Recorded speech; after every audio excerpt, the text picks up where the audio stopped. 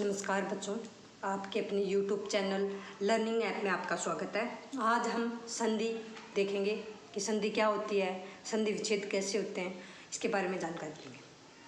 संधि जब दो वर्ण आपस में मिलते हैं एवं उनके मिलने से शब्द के उच्चारण एवं लेखन में परिवर्तन हो जाता है तो उसे संधि कहते हैं। संधि किसे कहते हैं? संधि की परिभाषा ये, जब दो वर्ण आपस में मिलते हैं और उनके मिलने से शब्द के उच्चारण और लेखन दोनों में ही परिवर्तन हो जाता है, उसे संधि कहते हैं।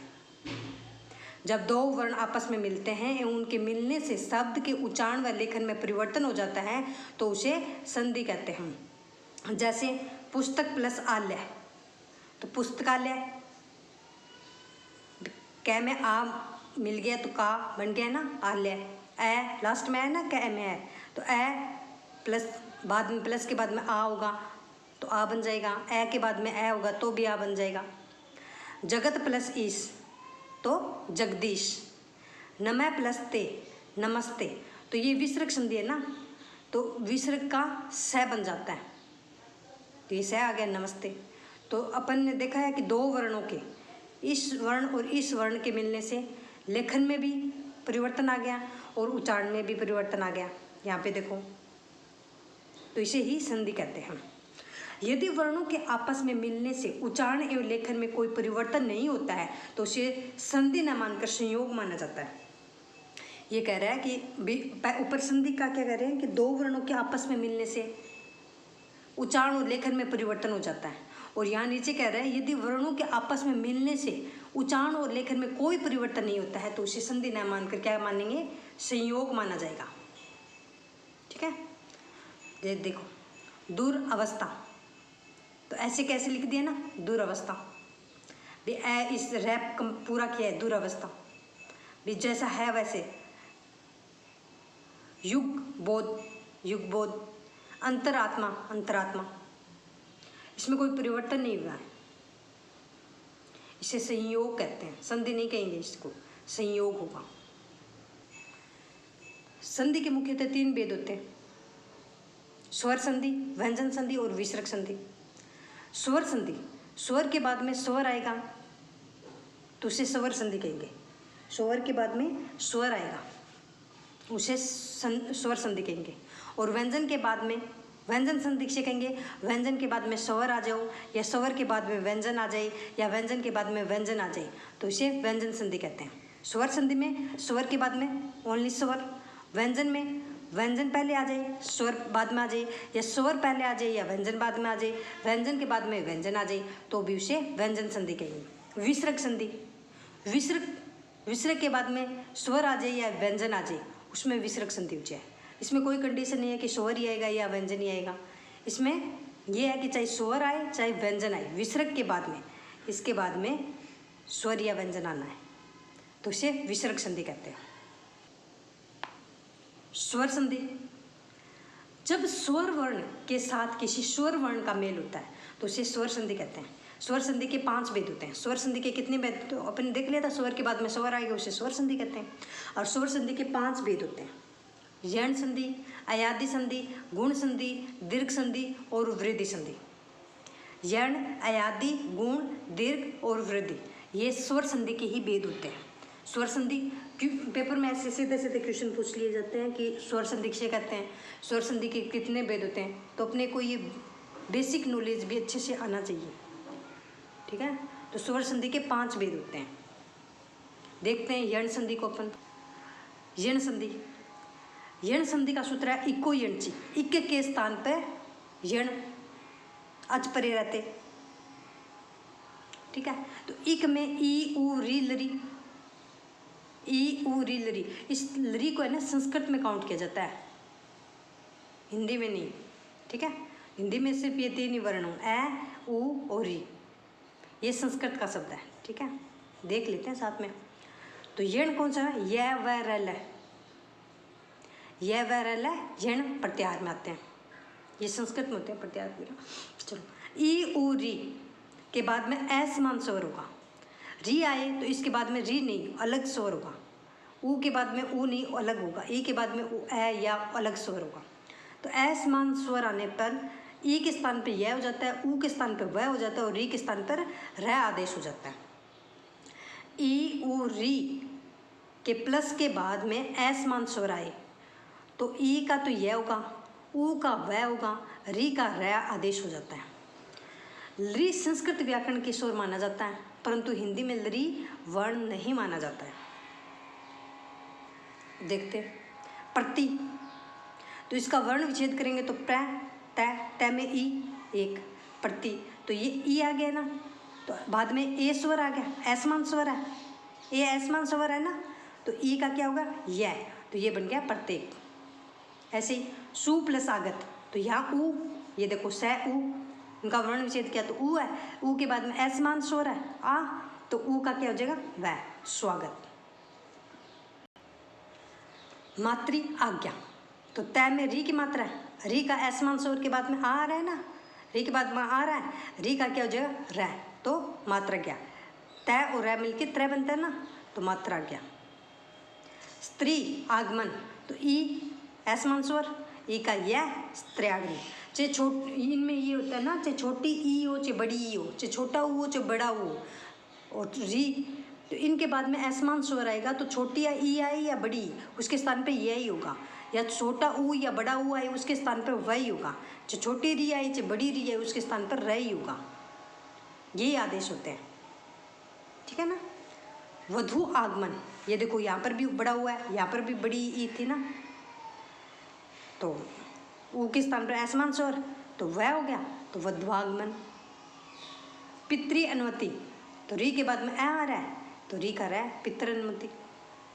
ये देखो ई ऊ में ह्रस्व दीर्घ दोनों में स्वर सम्मिलित होते हैं, ठीक है। इसकी कंडीशन देख लेते हैं कि कैसे बनेगा। सर्वप्रथम जिस आद्य अक्षर के बाद में यह व र लिखा हुआ हो, उस आद्य अक्षर को क्या करेंगे पूरा लिख देंगे। फिर यह व र वर्ण के उपस्थित के अनुसार क्रमशः ई ऊ री की मात्रा लगा देंगे। यह व र को छोड़कर शेष शब्दांक को धन चिन्ह के आगे लिख देंगे। ये संधि विच्छेद करना की कंडीशन बता रहा है कि ऐसे करेंगे तो अपने संधि विच्छेद कर लेंगे। हमें व्याम शब्द का विच्छेद करना है, तो इस शब्द में अक्षर वह आधा अक्षर वह है ना व्याम में, तो वह पूरा लिख दिया। वह के बाद में यह, तो यह किससे बनता है ई से, तो वी लिख देंगे। तो उपयुक्त नियमानुसार हम इस प्रकार विच्छेद कर सकते हैं।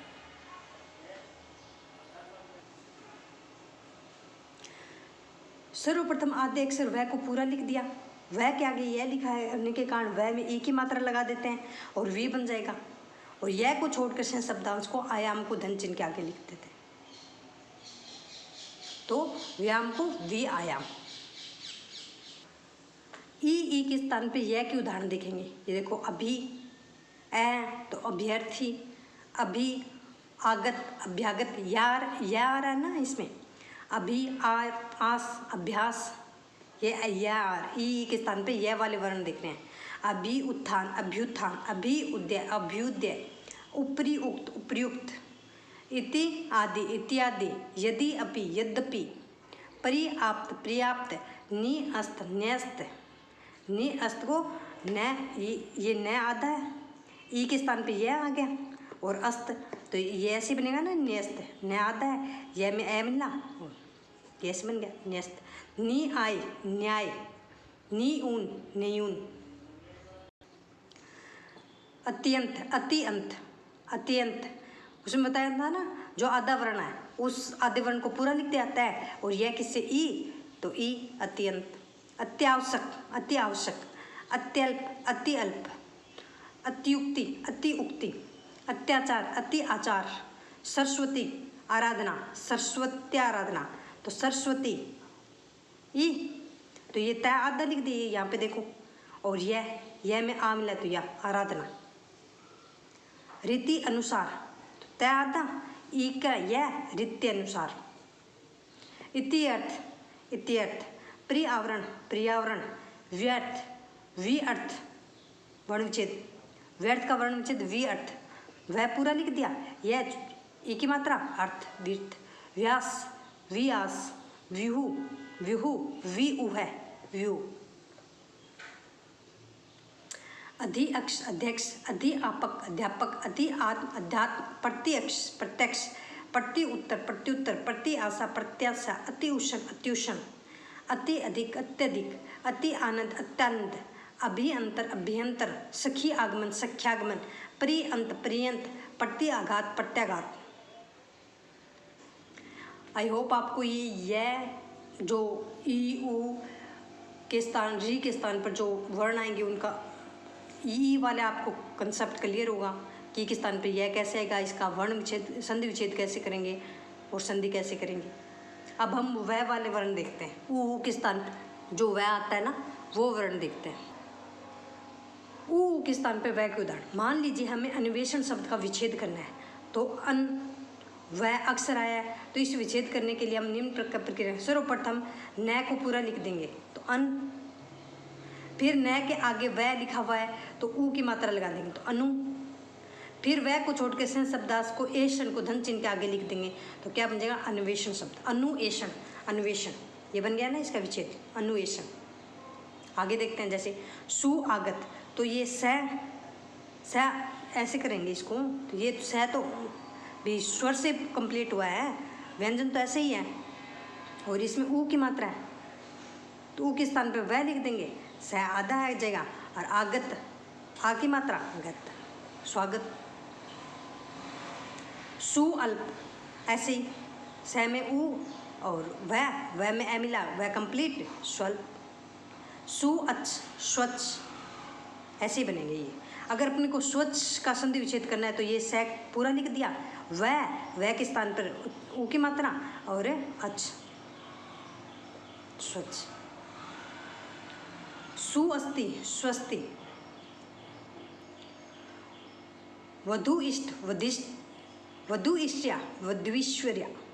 देखो ऊ के स्थान पर, ऊ के स्थान पर वह आ गया, ध आधा है, ई की मात्रा वृष्या। वधु अर्थ, वधवर्थ। भानु आगमन, भानुआगमन। लघु आदि, लघु आदि।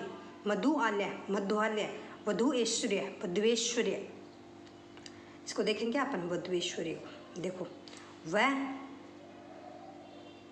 ध आधा, ऊ की मात्रा और ऐश्वर्य, तो इसके स्थान पे क्या आएगा, वह, तो वह ध, ये ए की मात्रा आ जाएगी ऊपर, ऐश्वर्य, ऐसे बनेगा। अगर ऐसे एक दो आप क्वेश्चन करके देखोगे तो आपको अच्छे से समझ में आ रहा है कि कैसे, जैसे हाथ से करो, जैसे मैथ की सवाल में वैसे ही हिंदी की संधि वगैरह वह जो हाथ से करोगे तो अच्छे से समझ में आएंगे इनको। ये देखो, मधु, मनुअंतर, वह आ गया, मनुअंतर। वधु आचरण, वधु आचरण। साधु औदार्य, साधु औदार्य। परमाणु अस्तर, परमाणु अस्तर। अनु ए, अन्वय, वह आ गया, अन्वय। अनुविति, अनुविति। अनुविषण, अनुविषण। बस ये बीच में अपने को देखना है, ठीक है ना, जो ये वह आ रहा है।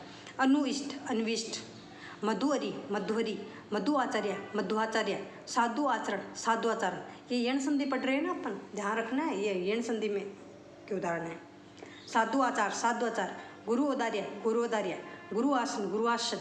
अनुइति, अनुवित। अनुवीक्षण, अनुवीक्षा। अनुवेशन, अन्वेषण। अनुवेशक, अन्वेषक। अनुवीक्षक, अनुवीक्षक। अनुवेशना, अन्वेषणा। एक ये लास्ट वाला और करके दिखाती हूँ। ए, न, उ, ऐसना, ठीक है। तो ए, न, वह के स्थान पे, ये न तो आधा ही है, वह, ऐसना, ठीक है, ऐसे बनेगा।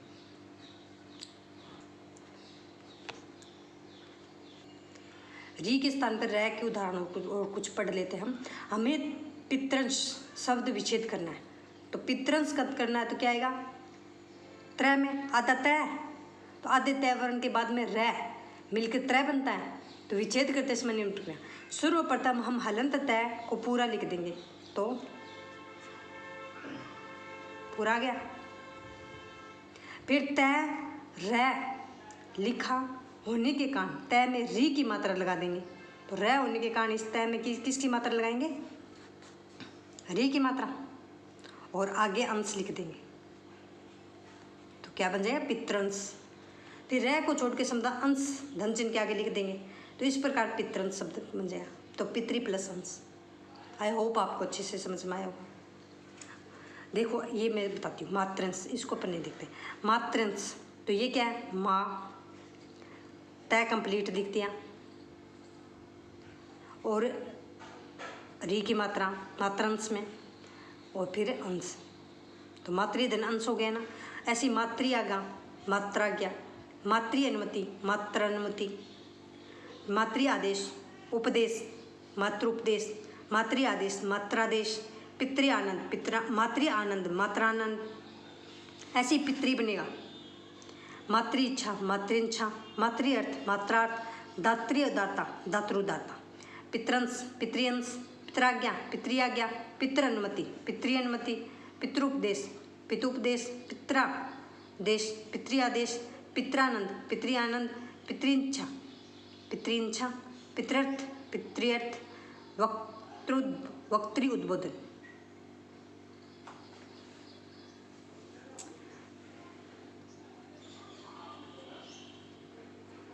पितृंश का विच्छेद करेंगे अपन, तो ये तो है ही।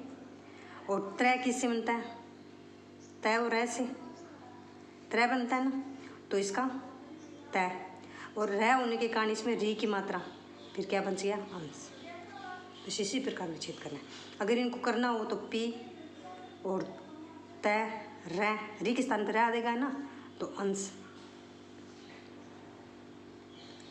ठीक है, तो ये देखो, तो त्रय बन जाएगा, त्रय और अंश, पितृंश। आई होप आपको अच्छे से समझ में आया होगा। पढ़ते रहें, बढ़ते रहें। जय हिंद।